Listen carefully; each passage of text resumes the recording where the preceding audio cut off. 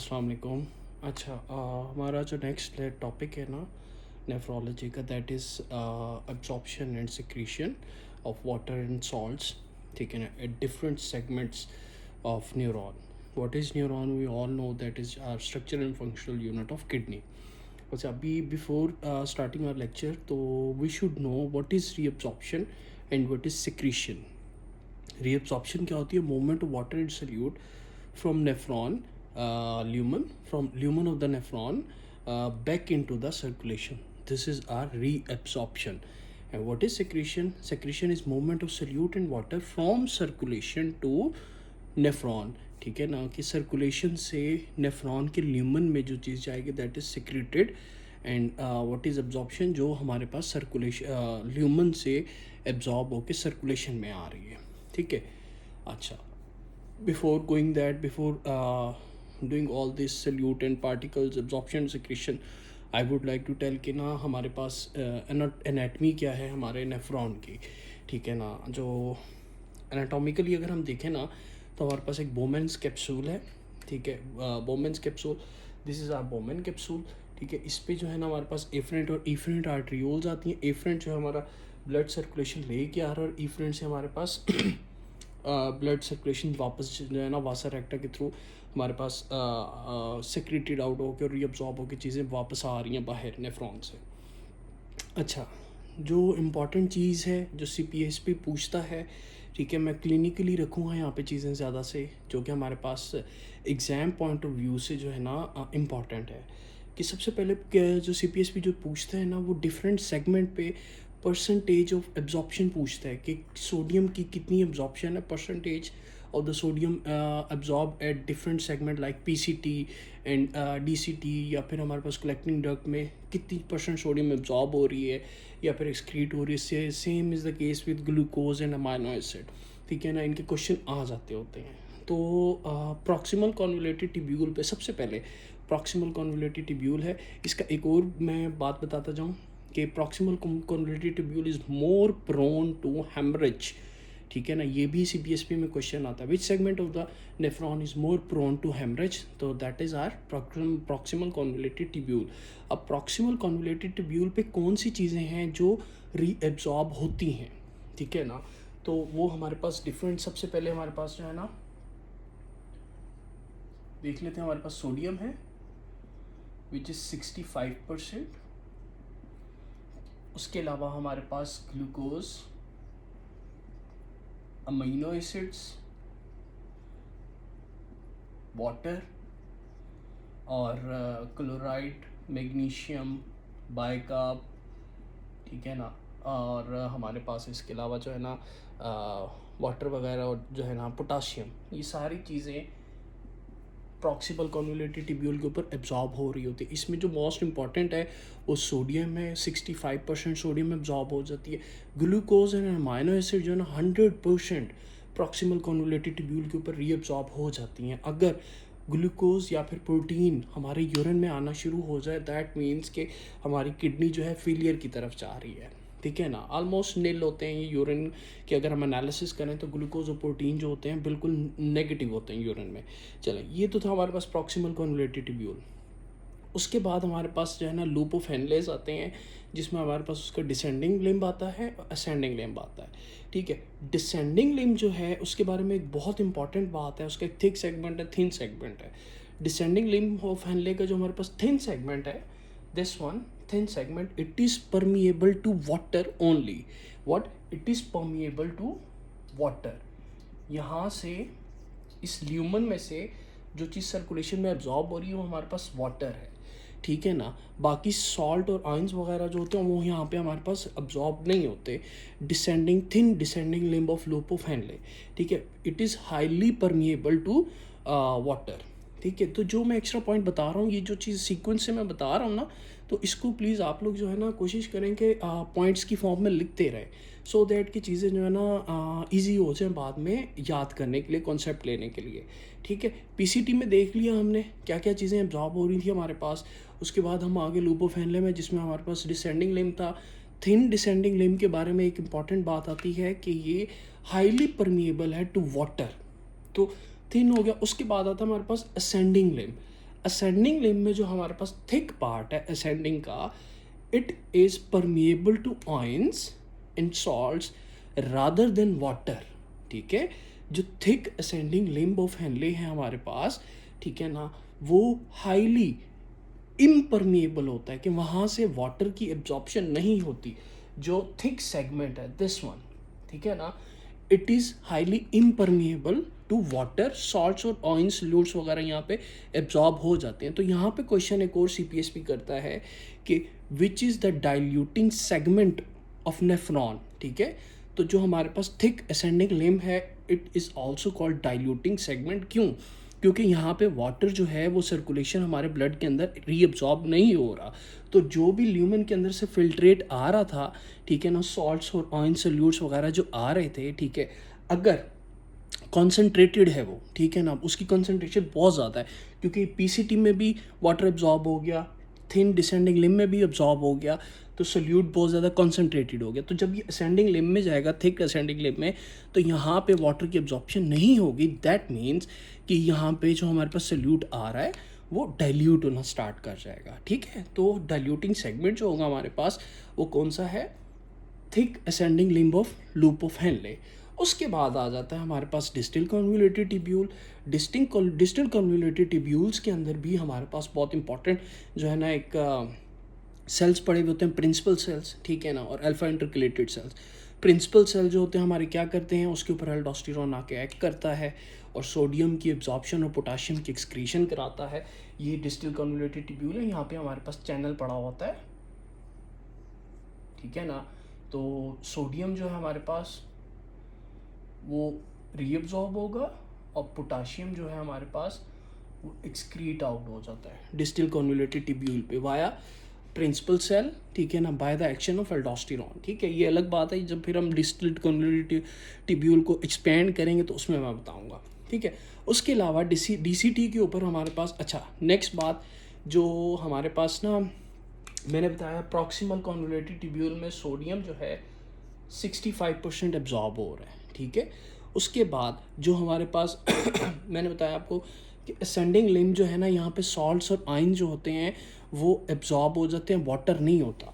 तो यहाँ पे भी जो हमारे पास सोडियम है वो 15% एब्जॉर्ब होगा।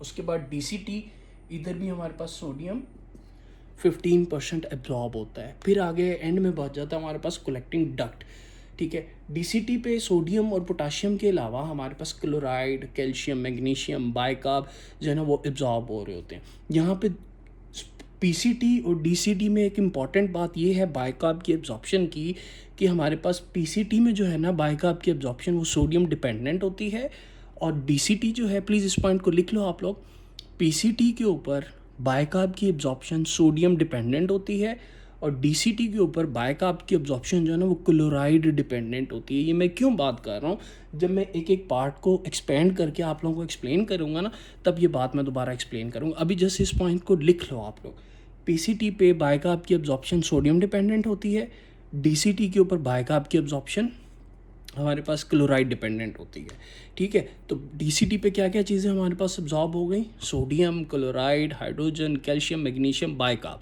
ठीक है। कैल्शियम, मैग्नीशियम, बाइकार्ब, क्लोराइड वगैरह। उसके बाद हमारे पास आ जाता है कलेक्टिंग डक्ट, दिस वन। यहाँ पे हमारे पास सोडियम जो है वो लास्ट 5% जो बचती है वो रीअब्जॉर्ब हो जाती है। इसके अलावा एक्वापोरिन चैनल होते हैं, यहाँ पे वाटर की एब्जॉर्प्शन कराते हैं एंटी डाययूरेटिक हार्मोन के ज़रिए। उसके अलावा हमारे पास यूरिया, क्लोराइड, ये भी जो है ना सारी चीज़ें कलेक्टिंग डक्ट पे एब्जॉर्ब हो रही हैं।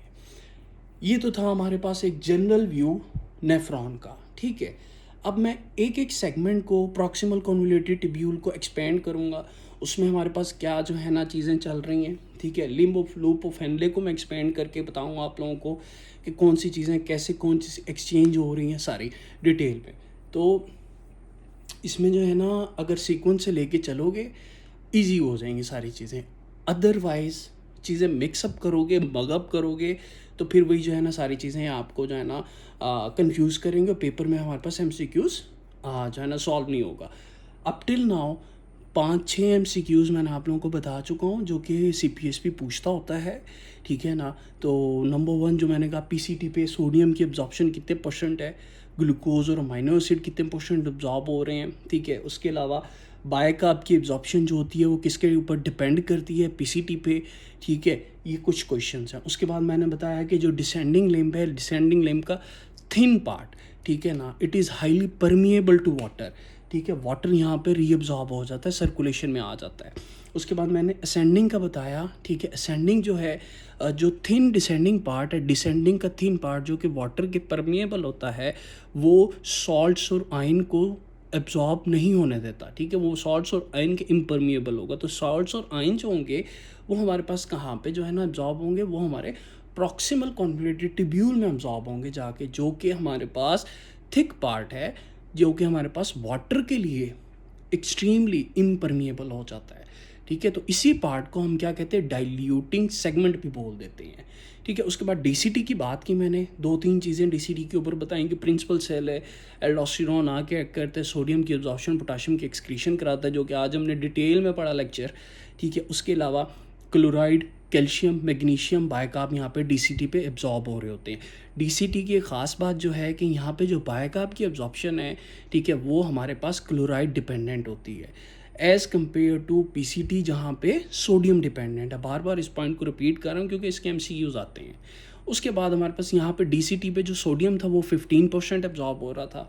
नेक्स्ट चीज़ हमारे पास कलेक्टिंग डक पे सोडियम 5% एब्जॉर्ब हो जाता है, लास्ट 5% जो बचता है बाकी क्लोराइड, यूरिया, वाटर वगैरह जो है ना हमारे पास कलेक्टिंग डक्ट पे एब्जॉर्ब हो रहे हैं। 2 हार्मोन्स है जो कि एक्ट करते हैं, एक एंटी डायूरेटिक हार्मोन है, एक एल्डोस्टेरोन है। आज हमने डिटेल में पढ़ा इसको लेक्चर में, ठीक है। उसके बाद द नेक्स्ट थिंग इज अच्छा, एक और चीज़ मैं एक्स्ट्रा बताता जाऊँ कि 120 ml पर मिनट जो है ना हमारा फिल्ट्रेट आता है, जो एफरेंट और एफरेंट आर्ट्रियोल से हमारे पास जो फिल्ट्रेट आ रहा है जीएफआर के ज़रिए, वो कितना है पर मिनट में 120 ml। और अगर इसको 24 आवर में हम देखें तो 180 लीटर जो है ना फिल्ट्रेट आना, 180 लीटर तो यूरिन में पास कर सकते हैं हम। तो उस 180 लीटर का 1% जो है ना हमारा एक्सक्रीट आउट होता है, बाकी सारा हमारा नेफ्रॉन जो है उसको एब्जॉर्ब कर लेता है, ठीक है। इतना जो है ना हाईली फंक्शन जो है ना हमारे पास नेफ्रॉन है, अल्लाह ने इतनी इसको जो है ना सलाहियत दी है। अच्छा, अब जो है ना फर्दर मैं एक्सपेंड कर रहा हूँ इस चीज़ को, जिसपे पहले मैं प्रॉक्सिमल कॉन्वोल्यूटेड ट्यूब्यूल को एक्सपेंड करूँगा, पीसीटी को। इसमें 2 चीज़ें समझने वाली बात हैं कि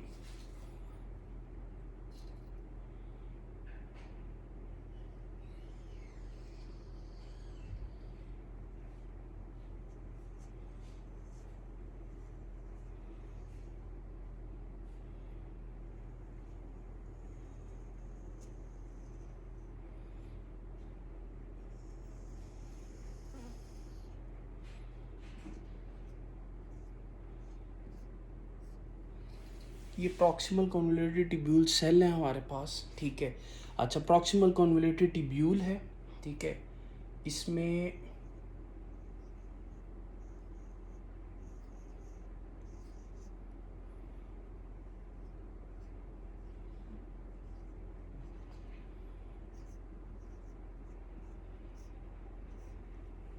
ये वाला पार्ट जो है ये ल्यूमन है। ल्यूमन कौन सा? ये ट्यूब्यूल्स के अंदर वाला, ठीक है ना, ट्यूब्यूल्स के अंदर वाला पार्ट उसको ल्यूमन बोलते होते हैं। ये ल्यूमन है हमारे पास, ठीक है। बीच में हमारे पास मेम्ब्रेन है, एपिकल मेम्ब्रेन, ठीक है, दिस वन। और यहाँ पे हमारे पास सेल आ जाता है, बेजल। सेल की एक बेजल साइड है जो कि वैसा रेक्टा के साथ होती है, और एक एपिकल साइड है जो ल्यूमन के साथ होती है, ठीक है। अच्छा, यहाँ पे जो है हमारा ब्लड वेसल आ जाती है जिसको वैसा रेक्टा कहते होते हैं।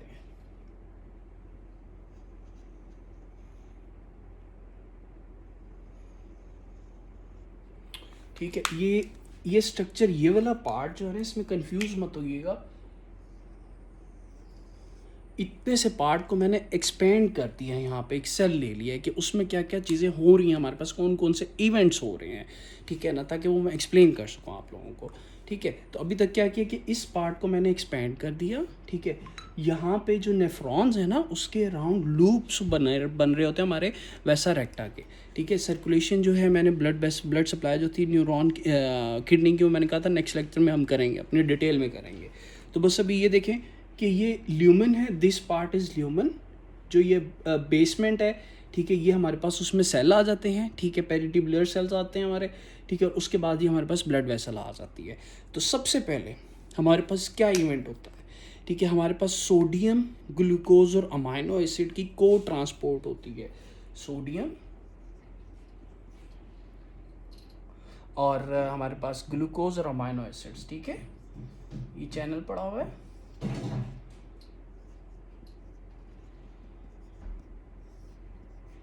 इनको लेके जाता है। यहाँ पे ये सोडियम आ गया हमारे पास, बाकी ग्लूकोज और अमाइनो एसिड जो है वो हमारे ब्लड के अंदर 100% एब्जॉर्ब हो जाते हैं, ठीक है। सोडियम जो है ना एब्जॉर्ब होगा हमारे पास सबसे पहले ग्लूकोज और अमाइनो एसिड्स के साथ, 65% सोडियम यहाँ पे एब्जॉर्ब हो जाता है, ठीक है। द नेक्स्ट थिंग इज, अब यहाँ पे जो अगली चीज़ होती है हमारी, ठीक है, वो क्या है कि हमारे पास सोडियम जो है ना और हाइड्रोजन एक्सचेंज हो रहा होता है, ठीक है। क्या हो रहा होता है हमारे पास, सोडियम हाइड्रोजन एक्सचेंज हो रहा होता है, ठीक है। उसके अलावा हमारे पास सोडियम और पोटाशियम एटीपीएस पंप भी पड़ा हुआ है। क्या पड़ा हुआ है, सोडियम और पोटाशियम एटीपीएस पंप पड़ा हुआ है, ठीक है। और सोडियम पोटाशियम एटीपीए पंप कहाँ पे होगा, वो हमारी बेसल मेम्ब्रेन पे होगा। इस basal membrane of the cell पे एटीपी पंप पड़ा हुआ होगा,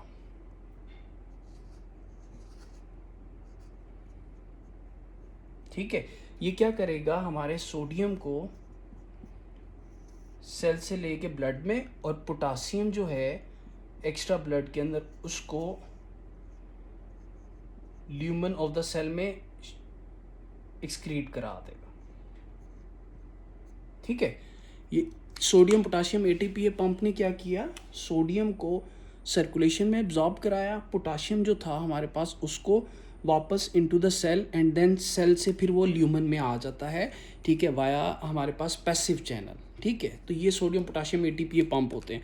उसके अलावा 2-3 और पंप्स भी आगे आएंगे जो कि सोडियम पोटाशियम, सिर्फ एक ही सोडियम पोटाशियम पंप है जो कि एटीपी एक्सपेंडिचर्स को यूज़ कर रहा है, ठीक है। दो चीज़ें हमने देख ली। नंबर 1 हमने देखा सोडियम जो है ना को ट्रांसपोर्ट होती है ग्लूकोज और अमाइनो एसिड्स के साथ, ठीक है। और ग्लूकोज अमाइनो एसिड फिर 100% हमारे ब्लड में एब्जॉर्ब हो जाते हैं। नेक्स्ट थिंग इज़ कि सोडियम पोटाशियम एटीपीए पंप पड़ा हुआ है बेसल मेम्ब्रेन पे, this one is basal membrane, ठीक है। इस बेसल मेम्ब्रेन पे सोडियम पोटाशियम एटीपीए पंप पड़ा है। ये एटीपीए पंप क्या करता है, एनर्जी यूज़ करता है, सोडियम को रीअब्जॉर्ब करा देगा सर्कुलेशन में, ठीक है। और पोटाशियम को ये एक्सक्रीट करा देता है इनटू द सेल, सेल से फिर वापस ल्यूमन में आ जाती है पोटाशियम वाया पैसिव चैनल, ठीक है। ये सेकंड बात थी हमारे पास। थर्ड चीज़ क्या होती है विच इज़ वेरी इंपॉर्टेंट, इसको थोड़ा सा जो है ना ज़रा कॉन्सेंट्रेशन से सुनिएगा, क्योंकि यहाँ पे हमारे पास एसिड बेस बैलेंस आ जाता होता है।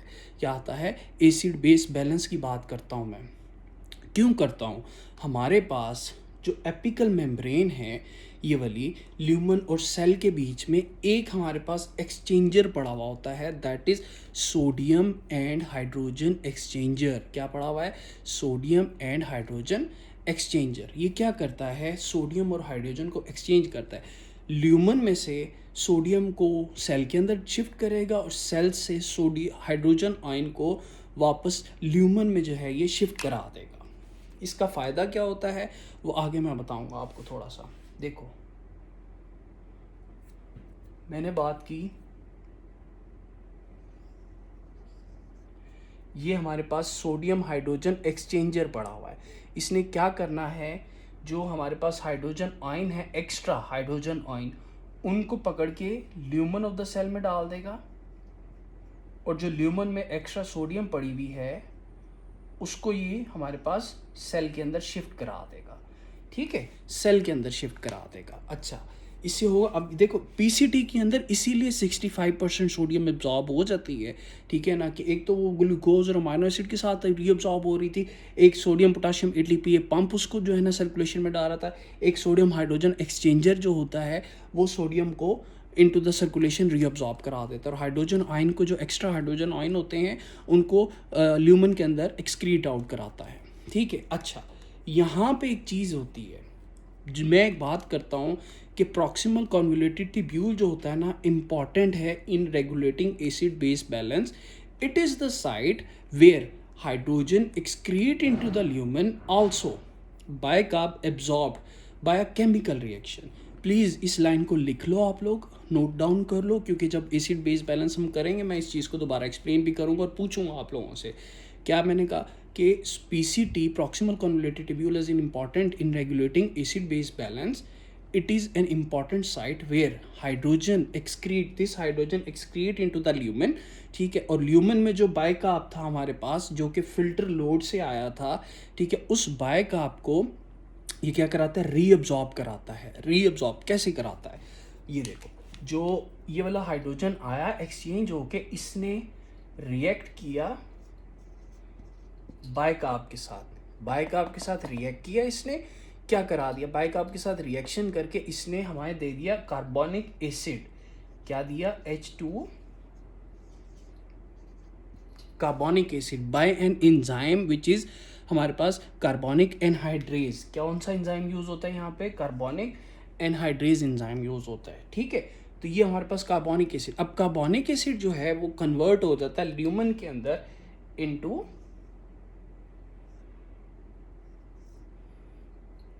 Carbon dioxide plus water. अब वाटर जो है वो ऑटोमेटिकली रीअब्जॉर्ब हो जाता है, और कार्बन डाइऑक्साइड गैस है वो डिफ्यूज आउट हो जाती है सेल के अंदर। ठीक है। अच्छा, अब होता क्या है, ये कार्बन डाइऑक्साइड आ गई डिफ्यूज आउट होके, और वाटर आ गया। ठीक है, वाटर चला गया हमारा सर्कुलेशन के अंदर। अच्छा, यहाँ पे एक मैं बात करता हूँ कि एक आपने कंडीशन पढ़ी होगी, रेस्पिरेटरी एसिडोसिस। जब रेस्पिरेटरी एसिडोसिस होता है, उस वजह से हमारे प्लाज्मा के अंदर कार्बन डाइऑक्साइड की कंसंट्रेशन बढ़ जाती है, CO2 स्टोर हो जाती है। वो CO2 उसको आप लोग देखते हो कि कंपनसेटरी मेटाबॉलिक एल्कलोसिस हो रही होती है। कंपनसेटरी मेटाबॉलिक एल्कलोसिस हो रही होती है। इसका मतलब क्या होता है, जो एक्स्ट्रा कार्बन डाइऑक्साइड सर्कुलेशन में पड़ी हुई है, ठीक है, वो सेल के अंदर आती है। ठीक है, और वो वाटर के साथ रिएक्ट करके कार्बोनिक एसिड बनाती है। ठीक है, ये कार्बोनिक एसिड दोबारा कन्वर्ट हो जाता है बाइकार्ब और हाइड्रोजन आयन के अंदर। ठीक है, और ये वाली बाइकार्ब जो बनती है, ठीक है, ये वाली बाइकार्ब, अब यहाँ पे इंपॉर्टेंट बात है, ये वाली बाइकार्ब सोडियम के साथ रीअब्जॉर्ब होती है इनटू द सर्कुलेशन। ठीक है, किसके साथ, सोडियम के साथ। अब यहाँ पे एक बात आती है, मैंने कहा था कि PCT में जो बाइकार्ब की एब्जॉर्प्शन है वो सोडियम डिपेंडेंट होती है। वो बात आ गई कि बाइकार्ब सोडियम के साथ रीएब्जॉर्ब हुई। तो जब बाइकार्ब रीएब्जॉर्ब होती है तो रेस्पिरेटरी एसिडोसिस जो हो रहा था, उस किडनी ने क्या किया, बाइकार्ब को रीअब्जॉर्ब कराया। कैसे, जो एक्स्ट्रा कार्बन डाइऑक्साइड थी उसको सेल के अंदर सेक्रीट करके वाटर के साथ रिएक्ट करके बाइकार्बोनिक एसिड बना दिया। कार्बोनिक एसिड कन्वर्ट हुआ हाइड्रोजन आयन और बाइकार्बोनेट आयन। ये वाला हाइड्रोजन आयन सेक्रीट हो गया ल्यूमन में, और ये वाला बाइकार्ब उसने रीअब्जॉर्ब करके जो एसिडोसिस था उसको इम्प्रूव कर लिया। ठीक है, अल्कलाइन की तरफ ले गया। इसको हम कहते हैं मेटाबॉलिक कंपनसेटरी मेटाबॉलिक एल्कलोसिस। तो ये हमारे पास प्रोसीजर हो रहा था। खैर, ये कंपनसेटरी वाली बात अगर नहीं भी समझ आ रही, कोई बात नहीं, मैं इसको दोबारा उस अगले लेक्चर में एक्सप्लेन करूँगा। अभी जो मैंने बात करनी थी वो ये थी कि बाइकार्ब की एब्जॉर्प्शन प्रॉक्सिमल कॉन्वोल्यूटेड ट्यूब्यूल में सोडियम डिपेंडेंट होती है। ठीक है, वो कैसे होती है, क्यों होती है, वो मैंने आपको बता दिया। अब दोबारा मैं इस चीज़ को रिपीट कर देता हूँ, परेशान मत हो इस चीज़ को लेके।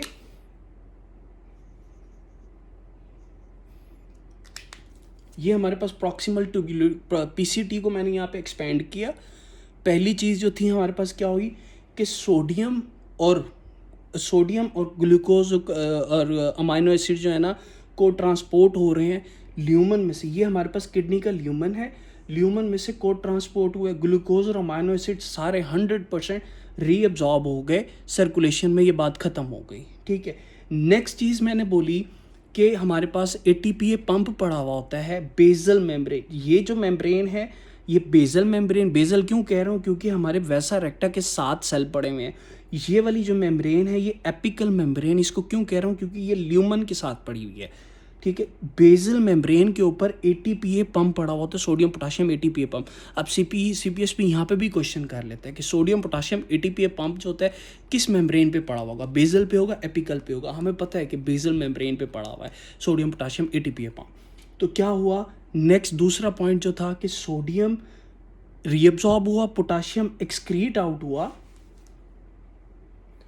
सोडियम रीअब्सॉर्ब हुआ, पोटाशियम एक्सक्रीट हुआ into the cell by sodium potassium ATPase pump. ठीक है, ये दूसरा पॉइंट हो गया। तीसरा पॉइंट क्या था, मैंने तीसरी बात ये की कि जो हमारे पास पीसीटी है, ठीक है, उसके अंदर एक एक्सचेंजर पड़ा हुआ होता है। वो एक्सचेंजर कहाँ पड़ा होगा, एपिकल मेम्ब्रेन पे। ठीक है, एपिकल मेम्ब्रेन पे एक एक्सचेंजर, ये एक्सचेंजर क्या होता है, सोडियम हाइड्रोजन एक्सचेंजर। इसको पॉइंट्स में लिख लें। तीसरा पॉइंट सोडियम हाइड्रोजन एक्सचेंजर। ये सोडियम हाइड्रोजन एक्सचेंजर क्या करता है, जो हमारे पास एक्स्ट्रा हाइड्रोजन थी, एक्स्ट्रा हाइड्रोजन सेल के अंदर, ठीक है, वो एक्स्ट्रा हाइड्रोजन कहाँ से आ रही थी, वो मैंने आपको बताया कि रेस्पिरेटरी एसिडोसिस की वजह, जो एक्स्ट्रा हाइड्रोजन थी उसको एक्सचेंज किया इन एब्जॉर्प्शन ऑफ सोडियम, कि हाइड्रोजन को एक्सचेंज करके ल्यूमन में ले आया, वो सेक्रेट कर दिया, और ल्यूमन में जो सोडियम थी अब 65% सोडियम हमारी एब्जॉर्ब होने लगी है। एक्स्ट्रा सोडियम जो बच गई जो सोडियम, उसने हाइड्रोजन के साथ एक्सचेंज करके सोडियम वापस सेल, और सेल से फिर वापस सर्कुलेशन में। अब यहाँ पे एक बात करता हूँ मैं कि ल्यूमन में जो सोडियम आई ल्यूमन के अंदर, ठीक है, उसने क्या किया, जो बाइकार्बोनेट ल्यूमन के अंदर पड़ा हुआ था, जो फिल्ट्रेट होके बाइकार्ब आ रहा था, उसके साथ रिएक्ट करके कार्बोनिक एसिड बना दिया। कार्बोनिक एसिड कन्वर्ट हुआ कार्बन डाइऑक्साइड और वाटर के अंदर, कार्बन डाइऑक्साइड डिफ्यूज़ आउट हो गई, वाटर भी एब्जॉर्ब हो गया, ये दोनों सर्कुलेशन में आ जाती हैं। लेकिन यहाँ पे मैंने एक चीज़ कही कि कंडीशन अगर हो जाए, डेवलप हो जाए रेस्पिरेटरी एसिडोसिस, रेस्पिरेटरी एसिडोसिस में क्या होता है, इंक्रीज कार्बन डाइऑक्साइड कंसनट्रेशन होती है। तो जो सर्कुलेशन में जब कार्बन डाइऑक्साइड बढ़ जाती है, ये कार्बन डाइऑक्साइड वापस सेल के अंदर आती है और वाटर के साथ रिएक्ट करके कार्बोनिक एसिड बनाती है, और कार्बोनिक एसिड बना के वो कार्बोनिक एसिड हमारा कन्वर्ट हो जाता है किसमें, हाइड्रोजन आयन और बाइकार्बोनेट आयन के अंदर, हाइड्रोजन आयन्स और बाइकार्बोनेट आयन। तो यही एक्स्ट्रा हाइड्रोजन है जो कि एक्सचेंज हो रहा होता है सोडियम के साथ, यही एक्स्ट्रा हाइड्रोजन सोडियम के साथ एक्सचेंज होता है कि ये वाला हाइड्रोजन उसने ल्यूमन में शिफ्ट कर दिया, ठीक है, सेक्रीट हो गया यूरिन के अंदर, और जो सोडियम बची थी एक्स्ट्रा उसको वापस उसने अंदर अपनी सर्कुलेशन में ले लिया। ठीक है, उसके अलावा जो बाइकार्बोनेट बची, जो बाइकार्बोनेट बनाई किडनी ने, क्यों बनाई बाइकार्बोनेट, क्योंकि जो एसिडोसिस डेवलप हो रही थी हाई CO2 की वजह से, उसको उसने कंपनसेट तो करना है ना। कंपनसेट कैसे करेगी, मेटाबॉलिक अल्कलोसिस के साथ करेगी। ठीक है, मेटाबॉलिक अल्कलोसिस में क्या होता है, बाइकार्बोनेट की कंसंट्रेशन बड़ी हुई होती है प्लाज्मा में। कहाँ से बढ़ेगी बाइकार्ब की कंसंट्रेशन, वो कंसंट्रेशन बढ़ती है, ये वाला जो बाइकार्बोनेट बना है इन आफ्टर कार्बोनिक एसिड से जो हाइड्रोजन और बाइकार्बोनेट बना, ये वाला बाइकार्बोनेट उसने सोडियम डिपेंडेंट चैनल के ज़रिए रीअब्जॉर्ब कराया, और बाइकार्बोनेट जब ब्लड में आया उसने pH इंक्रीज़ कर दी जो कि डिक्रीज़ हुई थी। ठीक है, तो ये सारा जो है ना फंक्शन प्रॉक्सिमल कॉन्वोल्यूटिव ट्यूब्यूल्स के अंदर चल रहा होता है। 4 पॉइंट्स हैं, इजी पॉइंट्स है, इतने को मुश्किल नहीं है, इसको लिख लोगे तो आराम से 5 मिनट का लेक्चर हो जाएगा, ये ठीक हो गया। तो ये सारी चीज़ें हमारे पास प्रॉक्सिमल कॉन्वोल्यूटिव ट्यूब्यूल्स में हो रही होती हैं।